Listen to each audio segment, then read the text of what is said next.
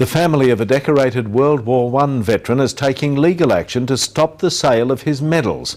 They've been held by the Naval and Military Club for more than 4 decades, which now wants to auction them. But as Kelly Curtin reports, descendants of Air Vice Marshal Adrian Cole claim they were only on loan.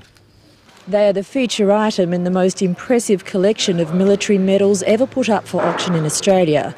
However, the family of one of the founding fathers of the RAAF says they're not for sale. My mother would like to donate them to the War Memorial. That's her right to do. The rare medals of Air Vice Marshal Adrian Cole have been on display at the Naval and Military Club for 42 years, presented to them by his widow. The only documentation of the exchange is in the minutes of a club meeting that refers to them being made available.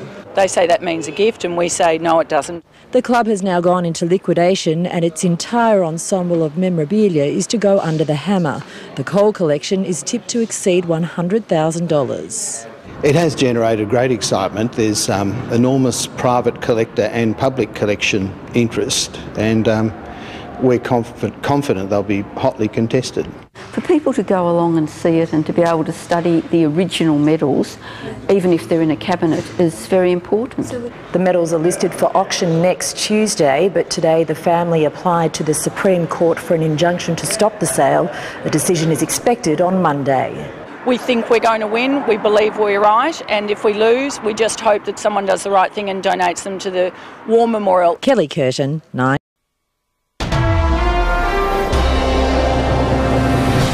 Legal victory. A family wins a court battle to reclaim precious war medals. Granddad's medals belong in the War Memorial. The family of a highly decorated Air Force veteran has won the battle to retain his precious medals. The accolades were set to go under the hammer to help pay the debts of Melbourne's Naval and Military Club. These war medals were awarded to Air Vice Marshal Adrian Cole for his courageous battles during the First and Second World Wars. But more than 40 years after his death, his family has won a battle of their own. Well, they should be held by the public in the War Memorial. They shouldn't be something that's sold to pay off debt. Valued at more than $100,000, the 16 medals and a portrait of the war hero were among assets of the debt-ridden Naval and Military Club up for auction tomorrow night. His only surviving daughter, Sonia Clerehan, taking the club's trustees to court to try and win back the family heirlooms. My mum said to me, I've never felt angrier in my life, so we wanted to fight for Mum. Air Vice Marshal Cole is considered one of the founding fathers of the Royal Australian Air Force, who once shot down 10 enemy aircraft and won an order of the British Empire. The military and naval clubs surrendering, returning the memorabilia to his daughter as long as they're donated to the National War Memorial in Canberra. I'm relieved, yes, very relieved. The monetary value never came into it for us. It was just Granddad's medals belong in the War Memorial. Despite the outcome at court, tomorrow night's auction will still go ahead without the much-hyped medals. Experts say the remaining items could still fetch more than $1 million. The trustees of the club owe administrators more than $300,000. Cameron Smith, 10 News. A Melbourne woman has won a court battle to stop her father's war medals from being sold at auction. The medals and a portrait of the late Air Vice Marshal Adrian Cole were expected to fetch more than $100,000, but will now go on public display.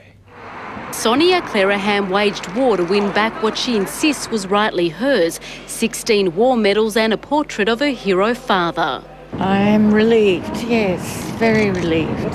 Vice Marshal Adrian Cole's medals and his portrait were to be auctioned tomorrow night.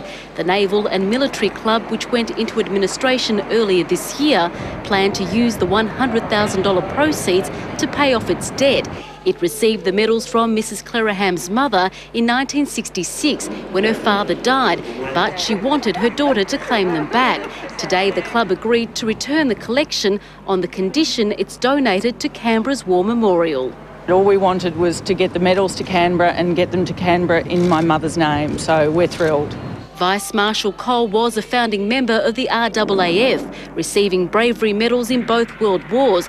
He fought alongside Lawrence of Arabia and attended the Red Baron's funeral. His daughter will keep miniature replicas of his medals. It's a great outcome. What I wanted. Anastasia Salamastrakis, 7 News.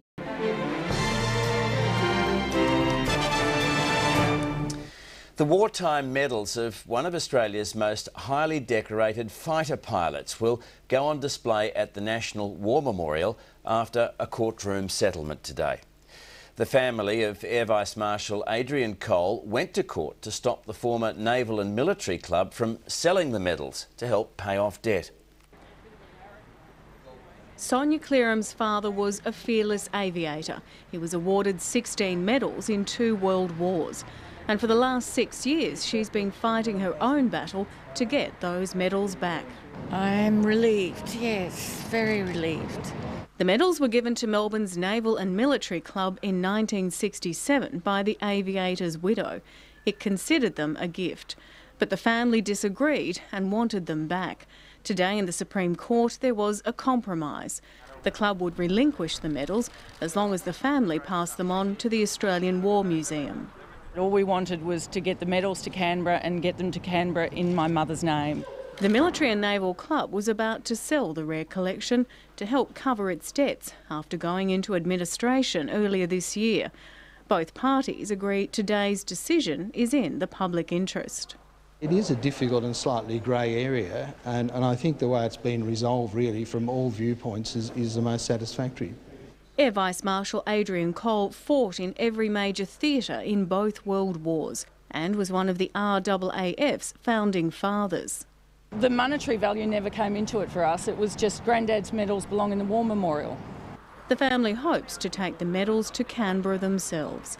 Helen Brown, ABC News.